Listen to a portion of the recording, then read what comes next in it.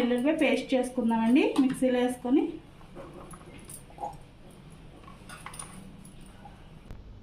ఇదిగోండి ఇందాడ పప్పు అయి చూపించుకున్నాం కదండి, ఇదిగోండి గ్రైండర్లో వేసుకున్నాం చూస్తారా. గారెల పప్పు కంటే కూడా స్మూత్గా ఆడుకుంటే బాగుంటుందండి వడియాలు. మెత్తగా ఆడుకున్నామంటే వడియాలు ఇరిగిపోతాయండి. ఇంకొండి అల్లం వెల్లుల్లి పేస్ట్ కూడా మిక్సీ చేసుకున్నానండి. పచ్చిమిరకాయ పేస్ట్, అల్లం పేస్ట్ చేసుకున్నానండి. ఇవన్నీ కలుపుకుందాం ఇప్పుడు వడియాలు పెట్టుకుంటాకి. ఇంకొండి గుమ్మడికాయ వడియాలు చూసారా, ముక్కలు చక్కగా ఎండినవి. ఎదుగండి నేను కూడా మొన్నటి వరకు నైట్ కోసి ఒక క్లాత్లో పెట్టేసి నీళ్ళంతా పోయేలా చేసేదాన్నండి. కానీ మొన్న మా అత్తయ్య గారు చెప్పారు, ముందు ఎండలో కోసుకొని ఎండలో వేసుకుంటే వాటర్ పోదు కదా, ఇప్పుడు జ్యూస్ కూడా తాగుతున్నారు కదా, హెల్త్కి మంచిది, పోషకాలు కూడా పోకుండా ఉంటాయి అన్నారని నేను కూడా ఎండబెట్టానండి. కోసి చక్కగా ఎండిచ్చినాయండి. ఇదిగోండి మనం ముందుగా పచ్చిమిరకాయ పేస్ట్ వేసుకుందాం.